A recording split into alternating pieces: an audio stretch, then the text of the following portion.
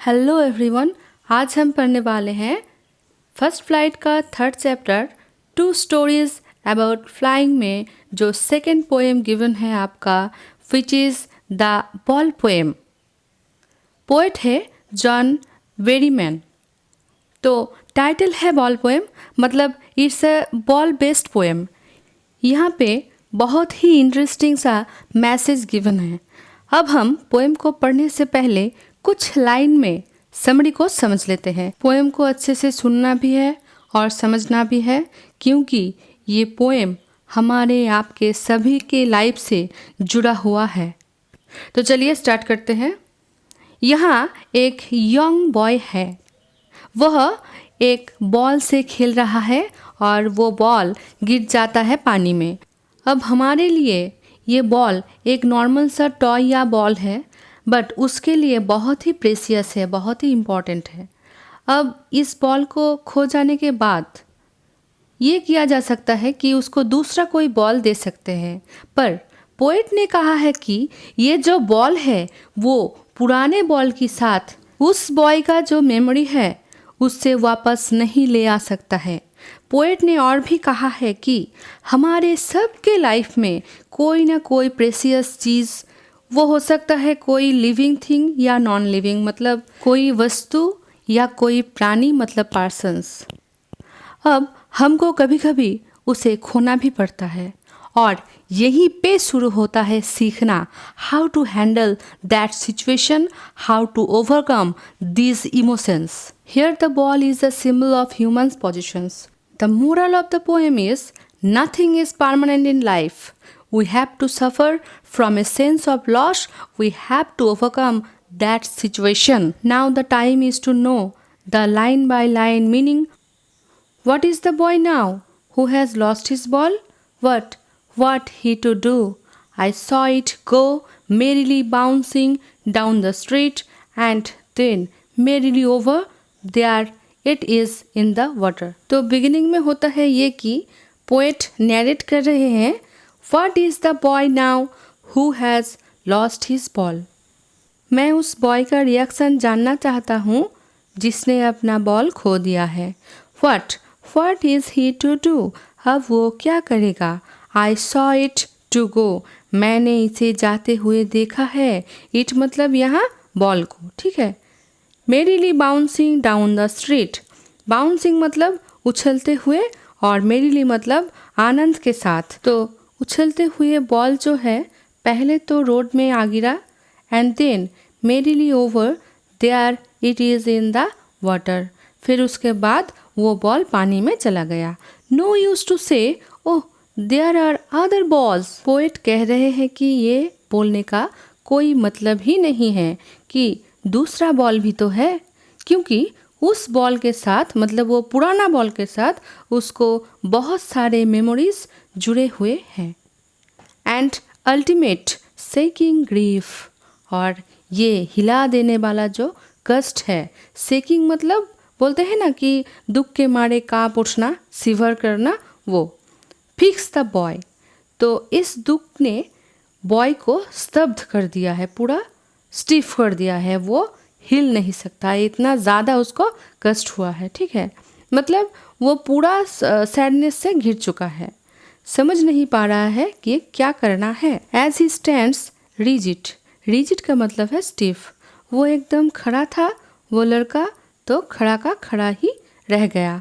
स्टिफली का मतलब है लग रहा है कि कोई कील से उसका पैर को जो है ज़मीन पे चिपका दिया है। ट्रेम्बलिंग, स्टेयरिंग डाउन, ट्रेम्बलिंग मतलब कांपते हुए, स्टेयरिंग डाउन का मतलब देख रहा है। स्टेयरिंग मतलब कुछ समय के लिए एकदम से देखते ही रहना। All his young days into the harbour, जितने भी बचपन के जो दिन थे वो बॉल के साथ वो खेल रहे थे, वो दिन बॉल के साथ हार्बर में चला गया। मतलब सिर्फ बॉल ही नहीं गया, बॉल के साथ सारा का सारा जो उसके साथ जो यादें थी वो सब एक साथ हार्बर में चला गया। हार्बर का मतलब होता है पानी का किनारा। Where his ball went, जहाँ उसका बॉल गया है। I would not intrude on him poet बोल रहे हैं कि मैं इस बच्चे को डिस्टर्ब नहीं करूँगा। इंट्रूड का मतलब है to enter a situation where one is unwanted. अधिकार नहीं है ऐसा विषय में कुछ ना कुछ बोलना को बोलते हैं इंट्रूड। ठीक है। ए डाइम, डाइम का मतलब है 10 सेंट। जो होता है ना यूएस में जो करेंसी है, ये डॉलर से कुछ हमारे इंडिया का जो करेंसी है वो जैसे रुपी है वैसा ही। ठीक है। अनदर बॉल, दूसरा ball. A dime another ball is worthless. ये बहुत इंपॉर्टेंट लाइन है। पोएट कह रहे हैं कि मैं ये नहीं बोलूँगा ये 10 सेंट लो और दूसरा बॉल ले लो, क्योंकि ये वर्थलेस है। बोलने का कोई मतलब ही नहीं। वर्थलेस है क्योंकि उसने पुराने बॉल के साथ जो मेमोरीज है वो सबको खो दिया है। नए बॉल के साथ उसका अटैचमेंट ही नहीं हो सकता। मान लो कि आपका कोई पुराना फ्रेंड है और वो देश से बाहर चला गया, वो वापस नहीं आएगा, मतलब उनको आपने खो दिया। अब नया फ्रेंड तो बनाया जा ही सकता है, पर पुराने फ्रेंड के साथ जो आपका इमोशंस जुड़ा हुआ था, जो मेमोरीज थी, वो रिटर्न नहीं आ सकता है। ठीक है। ही सेंसेस फर्स्ट रिस्पॉन्सिबिलिटी, बहुत ही इम्पॉर्टेंट लाइन है। बच्चा बॉल को खोने के बाद क्या सीखा कि वो जो बॉल थी उसका जो फर्स्ट रिस्पॉन्सिबिलिटी थी वो था उसका बॉल। उसको संभालने का ड्यूटी उसका ही था। ये हमारा रिलेशनशिप में भी हो सकता है ना।